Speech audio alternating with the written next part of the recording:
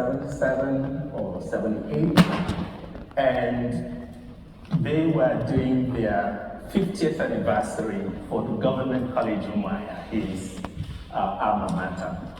So Chinua Achebe was their biggest star, right? And he came with, yes, a big, fancy American car. And these boys, that lived outside of the campus, like me, saw the American car and followed it, because we hadn't seen anything like that before in our lives. So we followed this car, it gets into the college campus, and here comes this man that we were told was Chinua Achebe. We didn't know who he was, but he had this fancy car. So we followed him into the hall, and at the gate, they wouldn't let us in, boys from the street. They couldn't get into this big hall where they were doing their 50th anniversary and so forth. And so we were standing there, Jude and I, and Achebe looks back and, sees us by the door and says, "What are you doing there?" I said, "Well, they won't let us in." And he says, "Let them in." So we enter this hall, we stand behind him throughout the lecture, and that same Chinua Achebe, right, years later, would be professor at the University of Nigeria, Nsukka, where I went to school, right, and taught there, and he was one of my senior colleagues there at the University of Nigeria, Nsukka. How is that?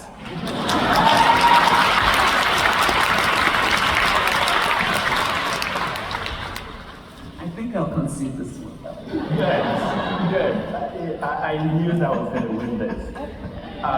But frankly, the University of Nigeria, Nsukka, was something special. Yes. That town of 7 hills, rolling grassy hills, and the campus ensconced within this, veil.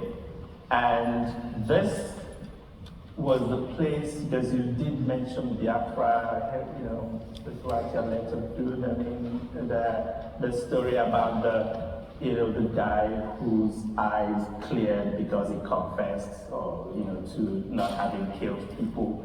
In my childhood, Biafra was quite big.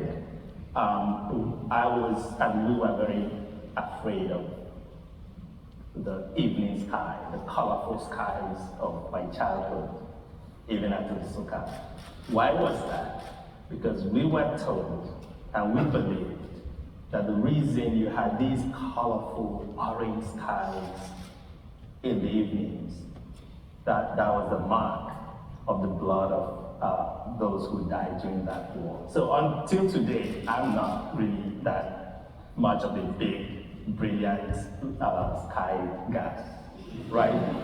But Nsukka really was so important to our formation, and I wanted to see what you think about that environment, that a lot of writers and artists, the most important figures in the Nigerian African world of letters and arts, convened at that university during the war.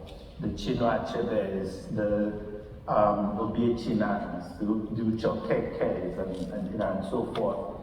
That was what made that campus what it was, and became this fount for people like me that started out as artists and ended up as, well, what I do here in Princeton, art history. And that this was a place that incubated a lot of talents. And I wonder what this, you've talked about Nsukka a little bit. How did your generation experience Nsukka as children who were born in this environment? I'm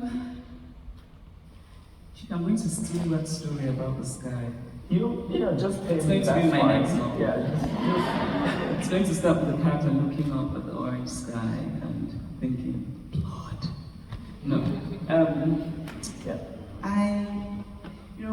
Nsukka is special, and of course because we both have personal connections to it, but I think just objectively speaking, it is different. I mean, not only because it's the university in Nigeria that's actually called the University of Nigeria. Yes. But also I think its history is different, its history, and also its kind of unusual connection to the US rather than to the UK, which was the norm for other universities. I think for us, I mean, by the time I was a teenager, Nsukka I think, started its sort of declining road. Yes. But at the same time, there was something about being on that campus, something about the proximity to greatness, really, to brilliance, to intellectual curiosity, that I think is really good for us. And you can tell, really, the kids who grew up on campus, I mean, but they're just different. They're just bright. Yeah.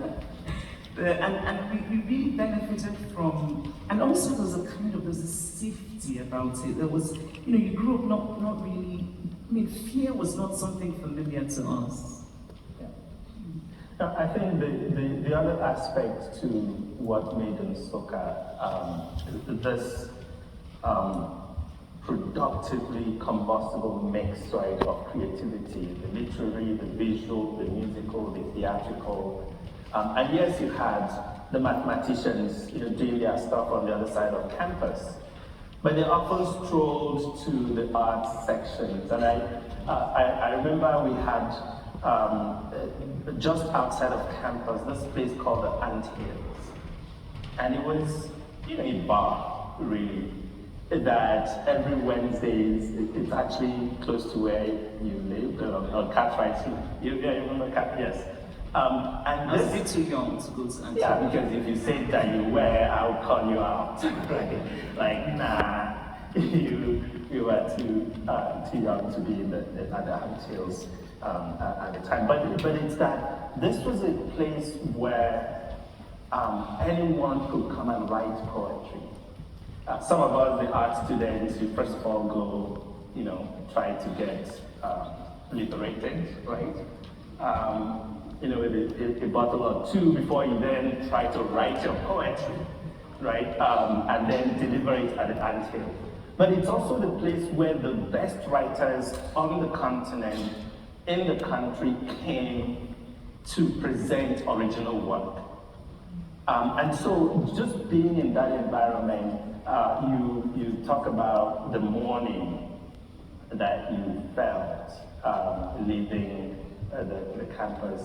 Perhaps mine is such a deep sense of loss of leaving the University of Nigeria under the circumstances that I did in the 1990s.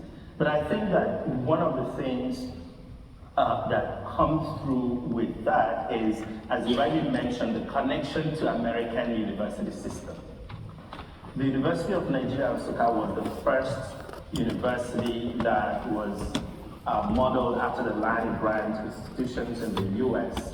But it's also that level of curiosity that you didn't find in most British type education that Nsukka had.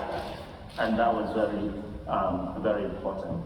But I want to take you up on aspects of what you spoke a little bit about, and that's about the question of faith and activism, right? As you told us, you're Catholic, right? You struggled with it, you argued with the church, but it's not like you were doing it, with your friends and at home, right? That you were very vocal about what the Catholic Church in Nigeria were doing to poor people, right? Now, you did mention that this was because of the fact that you're a writer, but writing provided you a platform. Could you tell us, or speak to, why you really took this case up